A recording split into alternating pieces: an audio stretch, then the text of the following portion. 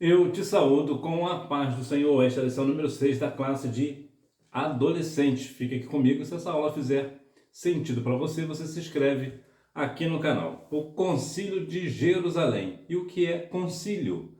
Você vai saber aqui na aula de hoje. Os louvores sugeridos são 94, 144 e 375. A mensagem.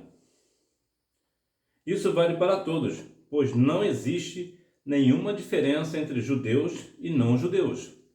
Deus é o mesmo Senhor de todos e abençoa generosamente todos os que pedem a sua ajuda. Aos Romanos capítulo 10, versículo 12. Vamos descobrir. Veremos o debate que surgiu entre os cristãos judeus sobre a necessidade dos cristãos não-judeus seguirem as regras e a tradição da lei. A tradição da lei, essa lei em questão, é a lei de Moisés. Pois bem, quando nós chegamos para uma escola nova ou mudamos de série, o que nós observamos, né? Observamos as pessoas e como nós estamos novos ali, nós ficamos meio que perdidos, não é assim? Assim também eram os cristãos da época que estavam chegando, que não eram judeus, estavam chegando, então eles ficavam meio que perdidos. Então o que nós, quando estamos chegando na sala de aula, primeiro dia de aula, por exemplo, o que nós vamos fazer? Nós queremos nos enturmar, mas ficamos um pouco acanhados aqui, um pouco avexado ali. Mas com o tempo nós vamos nos acertando e vamos vendo quais são as regras daquela turma, né? Qual é aquele aluno mais bagunceiro, que eu espero que não seja o seu caso, né? Aquele mais bagunceiro, aquela pessoa mais comunicativa, aquela pessoa que fala menos, ou mais esperto da turma, né? O mais inteligente, nós vamos ali nos enturmando. O contexto aqui é parecido. E as pessoas que já estão na classe, o que vai fazendo? Vai passando para nós esses detalhes, né? Quem é o professor de tal matéria, quem é a pessoa mais popular, e vai passando assim as regras, né? E assim nós vamos nos acertando. Assim também era a ideia aqui das pessoas que eram judeus e dos que não eram. Os que não eram judeus chegavam junto à igreja, vamos assim dizer, e o que acontecia? As pessoas que eram judeus, eles já eram acostumados com a lei de Moisés, eles eram completamente familiarizados. É possível até de saber, talvez até quase toda a lei de Moisés de cor, e sabiam bem. Então eles acreditavam que para ser salvo, eles precisavam continuar seguindo a lei de Moisés à risca, ou seja, se eu não seguir a lei, eu não serei salvo. Então quando chegava uma pessoa não judeu, que acabara de aceitar a Cristo como Salvador, o que eles faziam? Olha, agora que você é cristão e está chegando agora, você precisa fazer isso e isso, porque a lei de Moisés nos fala isso e isso. Então você tem que seguir isso. Então, para a pessoa que era judeu, continuar seguindo aquela lei era normal, porque já era cotidiano deles. Antes de aceitarem a Cristo, eles já seguiam a lei de Moisés. Mas essa pessoa que era nova, que não sabia da lei de Moisés, ficava meio que perdido. Então, por isso causou essa questão. Peraí, se alguém aceitou Jesus hoje e não é judeu, tem que seguir a lei de Moisés? Ou somente nós temos que seguir a lei de Moisés? Ou nós também não precisamos seguir mais a lei de Moisés? Aí ficou meio perdido. Mas o principal ponto aqui é que as pessoas, né, os cristãos judeus, a grande dúvida deles era, mas a pessoa que não é judeu tem que seguir a lei. E isso que foi a grande questão. E por isso que houve aí esse concílio, que já vou falar para você essas diretrizes do concílio. Hora de aprender. Parte dos judeus convertidos a Cristo acreditava que para os não-judeus servirem a Deus, eles precisariam ser circuncidados e obedecer à lei de Moisés. Eu não vou entrar aqui na questão do que é a circuncisão. Se você quiser entrar aí, dar um Google, né, e querer ver o que é, você pode ver. Mas eu vou me ater aqui no ponto de não falar sobre esse ponto específico. Para tratar da questão, a igreja enviou Paulo e Barnabé e outros irmãos para uma reunião em Jerusalém com os apóstolos de Jesus e outros líderes. Então veja que temos aqui uma questão de um lugar, no caso Jerusalém, e quem eram que estavam lá? Os apóstolos de Jesus e outros líderes. No caso, foram aqui levados, Paulo e Barnabé foram enviados para lá justamente para tratar deste negócio. Por quê? Porque eles acreditavam que esses novos cristãos deviam ser circuncidados e também seguir a lei de Moisés. É bom deixar claro aqui para nós, mais uma vez, você não tem que seguir a lei para ser salvo. Se você for obediente à lei, você não vai ser salvo pela obediência à lei. A lei, ela não salva ninguém. A lei é incapaz de salvar alguém. Nós somos salvos pela fé no Senhor Jesus. Mas quando você é salvo, você pratica a lei. Por que você pratica a lei? Porque você é salvo. A lei, ela não salva, mas quem é salvo pratica a lei. Eu vou te dar um exemplo. Por exemplo, a lei de trânsito. Existem leis do Código Penal, entre outras leis, leis trabalhistas, entre tantas outras. Mas eu vou falar da lei de trânsito porque é mais cotidiano, é mais fácil de nós entendermos. Por exemplo, quando seu pai está, ou a sua mãe, ou seu irmão mais velho, até mesmo você que de repente já tem 18 anos, você não vai dirigir sem habilitação, né? Por quê? Porque senão você não está seguindo a lei. O que acontece? O seu pai está numa via de trânsito, está com um veículo, e o que acontece? O guarda de trânsito faz sinal para ele parar. O que ele vai fazer? Exatamente isso, imediatamente ele vai parar. Por que ele está fazendo isso? Porque ele está seguindo a lei. Mas por que ele segue a lei? Ele segue a lei para ser motorista? Não. Ele segue a lei porque ele é motorista. Ele conhece as regras. E assim também somos nós. Nós não seguimos a lei, nós não obedecemos a lei para ser salvos. Nós praticamos a lei, obedecemos a lei porque nós já somos salvos. Porque uma pessoa que não é salva, ela na verdade muitas vezes ela nem vai praticar a lei, né? Já começa por aí. Mas, mais uma vez enfatizando, a lei ela não salva ninguém. Quem pode servir a Deus? O apóstolo Paulo havia passado por uma grande experiência com Deus. Ou melhor, o apóstolo Pedro havia passado por uma grande experiência com Deus. Ele viu quando o Espírito Santo desceu sobre o gentio, Cornélio e sua família. Quando eles decidiram aceitar Jesus, da mesma forma que tinha descido sobre os discípulos judeus no dia de Pentecostes. Então aqui, a grande experiência aqui do apóstolo Pedro, né? Por quê? Porque ele viu os dois pontos. Ele viu o Espírito descer sobre Cornélio, e Cornélio não era judeu. E também viu descer o mesmo Espírito nos judeus, nos discípulos que eram judeus. Aí, aqui ele já tem um grande conhecimento da causa. Como ele viu que o Espírito desceu sobre um gentio e também sobre os judeus, já fica claro que o Espírito não vai descer somente nos judeus. De um lado, né,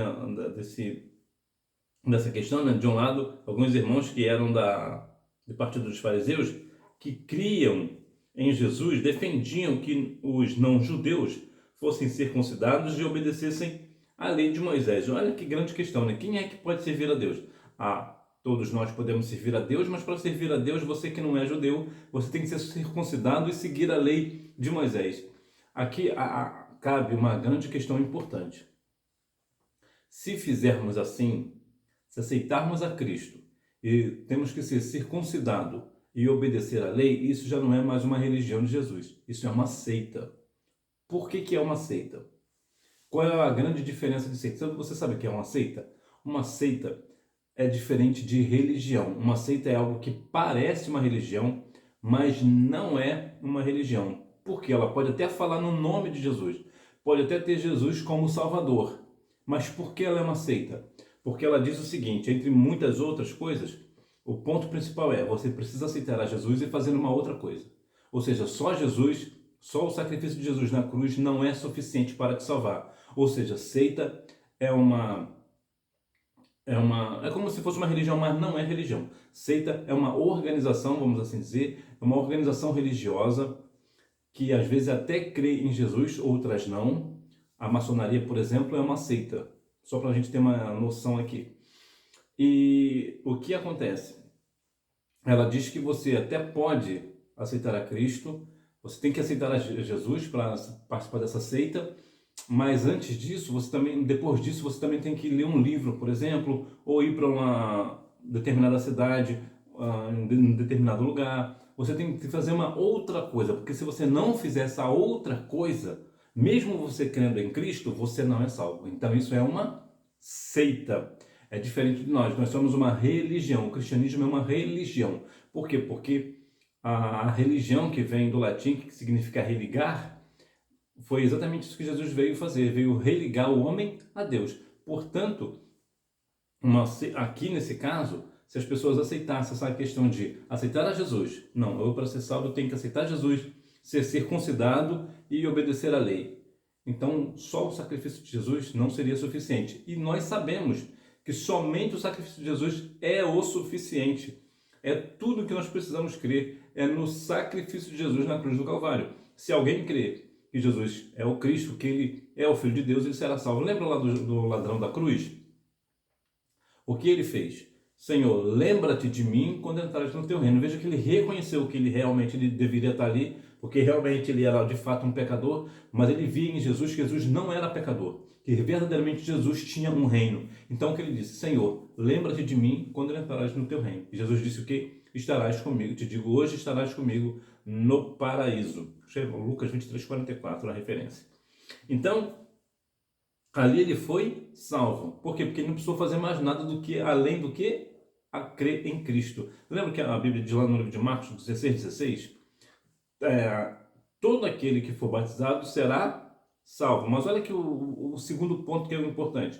Mas aquele que não crer será condenado. Então, a única coisa que nós precisamos fazer é o quê? Crer em Cristo para ser salvo. E em contrapartida, Pedro relembrou a sua experiência com Cornélio, Paulo e Barnabé. Acrescentaram os milagres que Deus estava fazendo por meio deles entre os gentios em lugares fora de Israel. Então ficou claro aqui que quem poderia servir a Deus?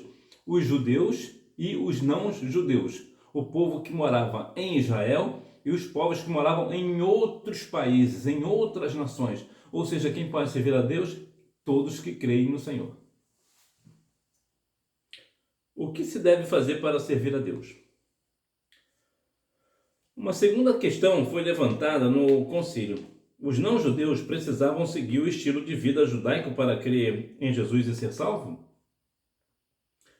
Não. Os apóstolos concluíram que para os cristãos servirem a Deus não seria necessário viver como os judeus. De fato, não era preciso fazer todos aqueles rituais, todas aquelas questões. Mateus 27:51 nos diz que o templo o véu se rasgou de alto a baixo, então nos deu acesso direto ao Senhor. Então nós não precisamos mais sacrificar animais para chegar ao Senhor. Nós não precisamos mais chegar ao sacerdote, né, levar o nosso sacrifício ao sacerdote, o sacerdote entrar no tabernáculo e oferecer o holocausto no nosso nome a Deus. Não precisamos mais disso. Nós agora temos acesso direto. E quem é a nossa porta que nos dá acesso direto a Deus? Cristo. Não era correto estabelecer regras difíceis para os novos cristãos seguirem. Há aqui uma questão muito interessante sobre regras, que nos diz respeito, que geralmente quase ninguém gosta de regra, né? A verdade é, regra é sempre uma situação chata, né? Não faz muito sentido. Regra é uma coisa que geralmente nós não gostamos, mas elas são extremamente necessárias. Entretanto, até hoje nós vemos isso, inclusive aqui no Brasil, de pessoas que é assim. Existe uma igreja aqui e a pessoa aceita Cristo como Salvador, aí os líderes, né, os pastores, por exemplo, os líderes, começam a colocar regras para aqueles novos crentes. Olha, você agora não pode fazer isso, você agora não pode fazer aquilo. E geralmente é só o não pode, né? Não pode isso, não pode aquilo, não pode estar em tal lugar, não pode oferecer isso, não pode fazer aquilo, não pode ir para tal lugar com tal pessoa. É sempre não. É sempre não, não, não, não pode, não pode, não pode. E aqui cabe uma questão de regra, que até Jesus chegou a mencionar uma certa feita, que eles impõem regras no povo que nem eles mesmos com o dedo é capaz de movê-los. Ou seja, pessoas que mostram regras para os outros. Olha, você agora está aqui conosco na nossa igreja, mas agora você tem que fazer isso e tem que fazer aquilo. Mas ele mesmo que é o pastor não faz, ele mesmo que é o líder não faz, e as outras pessoas que estão ali não fazem. Então, é uma regra completamente equivocada, é uma regra errada. Então, aqui era uma questão de não era correto estabelecer regras difíceis para as pessoas novas, até porque a regra difícil, ela vem depois. Existem regras difíceis no Evangelho? Claro que existe. Existem doutrinas, não é necessariamente uma regra, né? Nós chamamos de doutrina, né? E doutrina e regra, na verdade, é a mesma coisa. Agora, a questão aqui é a doutrina, mas a questão bíblica, a gente traz mais a ideia de Bíblia, né? Agora, a verdade é, à medida que você vai crescendo no Evangelho, você vai entendendo. Hoje você, por exemplo, você está na sua adolescência, você é uma pessoa, um cristão dentro da igreja que é livre, e livre aqui no sentido, não é de lá de João que fala, né, se o Filho do Homem vos libertar, verdadeiramente sereis livres. Eu não estou falando desse ponto, porque esse ponto realmente você já é. Mas eu digo num outro ponto, no ponto de fazer o que você quiser. Se você quiser, por exemplo, ir para um determinado lugar com uma determinada pessoa, no modo geral, você vai e as pessoas não vão implicar muito, né? De repente você vai até para um lugar que não se deve ir, mas as pessoas até meio que toleram você. Você ainda não é membro, ainda não desceu as águas e tal, então talvez eles não mexam muito. Mas depois que você desce as águas, você já não pode ir mais para determinados lugares. Eu vou te dar um exemplo. Uma pessoa te chamou para você ir para um lugar, por exemplo, uma festa junina, por exemplo. A festa junina é uma festa pagã. Nós não devemos estar lá. Mas aí você vai e de repente até você participa. Aí as pessoas olham, não, é porque é um adolescente, sabe como é que é? Então as pessoas mesmo que ainda vão te tolerar em parte. Talvez não, mas geralmente toleram. Mas depois que você desce as águas, você não pode mais, porque se você for, você é disciplinado, você é tirado do rol de membros. Por quê? Porque você está cometendo um pecado, e na verdade isso aí é uma profanação, né? Uma abominação. Então, há questões de regras e as regras vão ficando mais difíceis. O evangelho, na verdade, é igual videogame, né? À medida que você vai caminhando, as fases vão ficando mais difíceis. Quanto mais você caminha, mais tempo de evangelho, mais difícil de mudar de fase, né? É igual videogame, é igual PlayStation que você usa aí. Então, há uma questão de que, mas quando uma pessoa chega, nós de maneira nenhuma devemos colocar uma regra, olha, você agora não pode, não, as coisas vão se acertando, a pessoa é novo convertida, então ela vai começar a entender uma coisa e outra coisa. Por exemplo, trazendo aqui um mesmo sentido aqui de regra, você não pode chegar, por exemplo, e dar uma criança, por exemplo, de 1 ano, você não pode dar uma mocotó, né? Por quê? Vai desestabilizar a criança, né? Por quê? Porque o mocotó é um alimento pesado, é um alimento forte. Você vai dar o quê? Você vai dar o leite materno, vai dar uma mamadeira, um mingau, coisa do tipo. Por quê? Porque é mais fraquinho para ela. Assim também somos nós, como nós somos novos na fé. Nós somos como crianças, nós não podemos ser alimentados com coisa pesada. Ou seja, com aqueles textos pesados da Bíblia, né? Que a Bíblia traz alguns textos muito pesados, muito profundos. E que realmente a pessoa, se não tiver firmeza, é capaz até de se desviar se ver alguns textos bíblicos, porque realmente são questões bem complexas. Então, a ideia principal é não colocar regras difíceis logo no início. A pessoa vai caminhando e vai entendendo o que ela pode, o que ela não pode. O Espírito Santo já vai tocando no coração da pessoa. Os líderes, pastores, não precisam ter tanta preocupação. Não, agora tem que falar que ela não pode ir para tal lugar, que agora ela não pode ficar lá no barzinho, que agora ela não pode ir para tal lugar. Não é por aí. As pessoas vão começar a se acertar. Então é preciso ter cautela nesse ponto, né? A organização das doutrinas da igreja. Essa reunião para discutir o assunto é chamada de Concílio de Jerusalém, ou Concílio Apostólico. Foi o primeiro encontro oficial da igreja para debater um assunto doutrinário. E você, sabe o que é doutrina? Doutrina bíblica é uma crença verdadeira baseada no texto sagrado. O que é doutrina? Como eu falei anteriormente, doutrina é uma regra bíblica. Se a Bíblia, por exemplo, vou te dar uma regra. A Bíblia diz assim, ó, não matarás. Isso é uma doutrina, isso é uma regra. No caso aqui é uma lei, né? Então, isso aí é uma questão doutrinária. E tem mais um zilhão de doutrinas bíblicas, né? E o que é doutrina e costume, né? Tem diferença? Sim, tem diferença. A doutrina bíblica é aquela doutrina extraída da Bíblia, que ela vale para todos os anos, para todos os anos, para todas as épocas e para todos os lugares do mundo. Por exemplo, não matarás serve para o Brasil e para o mundo. Não matar. É uma regra, é uma doutrina bíblica. O que é costume?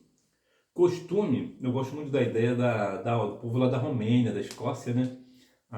O povo lá principalmente da Escócia, as meninas, os homens na Escócia usam saia em algumas ocasiões. É normal para ele, por quê? Porque isso é uma doutrina, é um costume deles. O homem no Brasil usa calça e ponto. Agora, como que você vai harmonizar aquele texto que a Bíblia diz que o homem não possa vestir roupa de mulher e nem mulher vestir roupa de homem? E aí, como é que fica? O homem não pode vestir roupa de mulher e mulher não pode vestir roupa de homem. Como é que você harmoniza com Brasil e Escócia? Não precisa harmonizar, porque já está harmonizado. No Brasil, nesse caso desse texto específico, o homem não pode usar saia e a mulher não pode usar saia. Na Romênia é invertido. O homem não pode usar calça e a mulher não pode usar saia. Viu como é que é invertido? Isso é um costume. Costume é aquilo que é uma questão do homem, é uma questão de costume, o nome já diz, é costume, é da cultura do país, do lugar, é natural. Por exemplo, existe uma questão lá em Camboja que nós falamos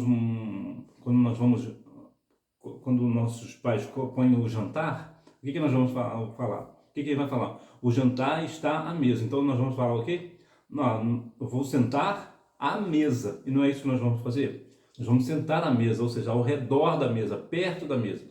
Em Camboja é diferente. Em Camboja eu vou sentar na mesa. Por quê? Porque lá no Camboja, as pessoas que não vão comer, eles comem em cima da mesa. Eles sobem na mesa, ficam em cima da mesa. É literal. Então, veja como é que o costume é diferente. Então, o que serve para nós pode não servir para outros países e assim vice-versa. Então, isso é um costume. O costume vai de lugar para lugar, de época para época. A doutrina não. A doutrina ela é bíblica e vale para todos os países do mundo e em todos os tempos.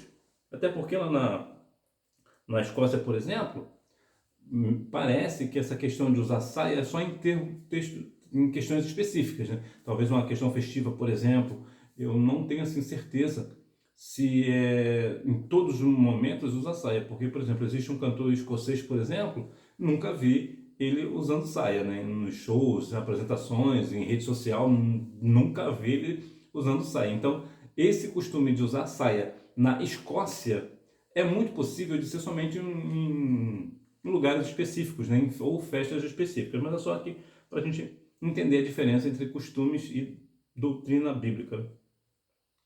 Então aqui o Concílio de Jerusalém. O que é um concílio? O concílio é quando há uma reunião para tratar um assunto específico doutrinário bíblico.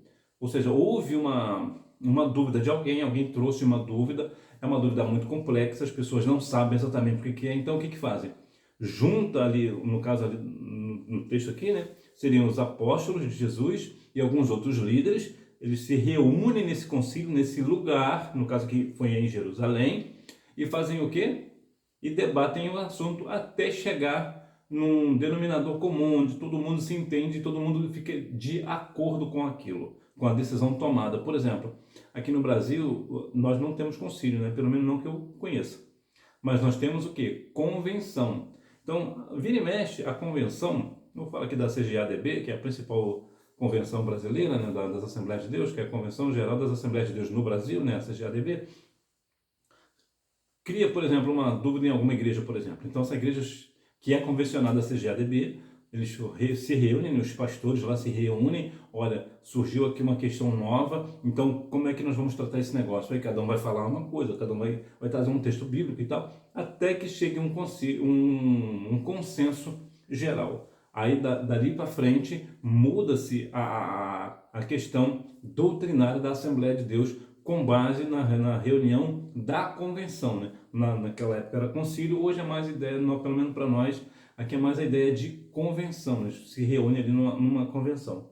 Entretanto, isso hoje me parece que é algo bem difícil de acontecer, até porque, como nós temos a Bíblia há muitos e muitos anos, é difícil surgir uma doutrina nova, muito difícil. Mas quando vem uma doutrina nova, e aqui é bom deixar claro, uma doutrina bíblica, que realmente é bíblica, porque doutrina nova aparece em toda esquina, né? Cada pastor cria uma coisa da cabeça dele e põe para frente o negócio. Mas eu digo, numa doutrina verdadeiramente bíblica, tem aquela questão de observar como difícil vir uma questão nova, mas se vier, vai ter essa convenção, os pastores se reúnem para tratar daquele assunto específico e assim dar uma resposta para todas as Assembleias de Deus no Brasil acerca daquele ponto. Conclusão. O crescimento do número de cristãos entre muitos povos diferentes fez surgir a questão debatida no Concílio de Jerusalém. Aqui abre uma questão interessante. Por exemplo, há alguns países que o evangelho não entra. Por exemplo, eu gosto muito de dar um exemplo da Coreia do Norte, que é o país mais fechado do mundo para o evangelho. Se o evangelho entrar lá com muita força, igual é forte aqui no Brasil, as pessoas lá vão começar a criar muita dúvida sobre a Bíblia. Por quê? Porque lá eles não conhecem a palavra. Porque lá a Bíblia é proibida. É proibido lá. Então, quando de repente muda, o que vai acontecer? Como lá vai começar a crescer o Evangelho nesse sentido, né? Uma vez que ele apareceu lá, abriu as portas para o Evangelho, aí vai começar a criar muitas dúvidas sobre a Bíblia. Aí eles vão criar um concílio para resolver essas questões doutrinárias. Por que nos outros países não acontece? Porque ele já é aberto. O Evangelho já é aberto. Então, as pessoas já são muito familiarizadas com os textos bíblicos. Lá na Coreia do Norte, não. Também no Irã, em Bangladesh, entre outros países. Não tem essa abertura do Evangelho. Então, se o Evangelho chegar lá com força, então vai precisar fazer um conselho para que as pessoas assim consigam entender melhor a palavra. A decisão final foi guiada pelo Espírito Santo. Ela estava em conformidade com a pregação do Evangelho feita por Jesus. Então aqui é outro ponto específico, né? Que são dois, na verdade, que a conclusão ela tem que ser guiada, né? A decisão tem que ser guiada pelo Espírito Santo, não é pelo homem, é o Espírito Santo quem guia, quem dá a decisão, quem toma a frente do negócio, ele que dá a direção, ele que toma a decisão. E ela precisa também estar em conformidade com a pregação do Evangelho feita por Jesus. Mas é claro que se foi uma decisão feita pelo Espírito Santo, é claro que ela estará com a pregação de acordo com Cristo. Por quê? Porque o Espírito Santo jamais falará contra Cristo e Cristo jamais contra o Espírito e ambos jamais contra Deus e Deus jamais contra ambos. Por quê? Porque eles têm a mesma essência, estarão sempre de acordo. Então, se o Evangelho de Jesus foi pregado de um jeito e uma decisão foi tomada de uma forma completamente diferente do Evangelho que Jesus pregava, então aquela decisão não foi decidida pelo Espírito Santo, foi uma decisão feita pelo homem, foi decidida pelo homem, porque o Espírito Santo, Jesus e Deus, eles jamais entram em conflito, eles estarão sempre andando de mãos dadas, né? Estarão sempre com a mesma harmonia, é a mesma essência. Vamos praticar. Número 1, judeus e não judeus. Número 2, doutrina é uma crença verdadeira baseada no texto sagrado. Concílio é uma reunião para debater um assunto doutrinário. Que Deus em Cristo continue abençoando a sua vida, que nós venhamos a cada dia mais compreender que todas as pessoas podem servir ao Senhor e que nós venhamos também mais do que todas as coisas que falamos, tudo aquilo que pregamos, tudo aquilo que nós acreditamos, nós precisamos colocar no nosso coração que verdadeiramente a salvação se dá pela fé em Jesus e apenas isso. Não precisa de fazer outros sacrifícios, não precisa de fazer caminhadas e pagar promessas e subir escadaria de joelho e andar de joelho pela rua para cumprir promessa. Não precisa ler um livro X específico, não precisa ir para uma cidade específica, pelo menos uma vez por ano, como é o caso lá do povo lá de Meca, né?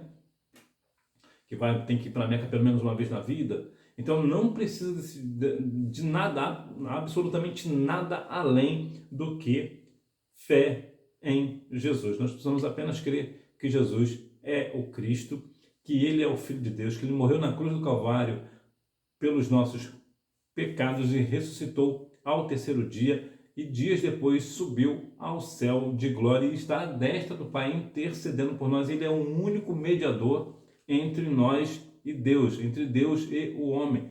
O Senhor Jesus, Ele é o único mediador. Mediador é aquele que está no meio, aquele que está levando de um para o outro, do outro para o um, né? Então que nós venhamos verdadeiramente observar isso e ter, mais uma vez, ter aquela diferença básica da doutrina e costume. Doutrina é algo bíblico, que é para todas as épocas e para todos os países do mundo, para todas as nações, em todos os lugares e para todas as épocas. O costume, usos e costumes, já são questões criadas pelo homem, é mais uma questão cultural, vai de lugar para lugar, de país para país e de tempo em tempo também ele pode mudar. A doutrina bíblica, ela não muda. Que Deus em Cristo continue abençoando a sua vida e você me vê na próxima aula, se Deus quiser. E se essa aula teve relevância para você, você se inscreva aqui no canal e dá um like nesse vídeo e compartilhe esse vídeo com aquela pessoa que, assim como você, também ama a Escola Bíblica Dominical. Que Deus em Cristo continue te abençoando. Fica na benção. Tchau!